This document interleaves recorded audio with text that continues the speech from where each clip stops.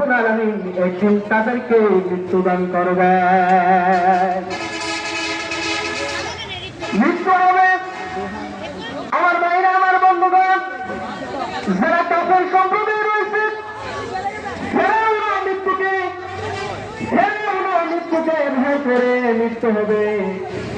নমরুদ, আবু জাহেল, আবু লাহাব, তারা সবাই নবীজি সাল্লাল্লাহু আলাইহি ওয়াসাল্লামের বিরোধিতা করত।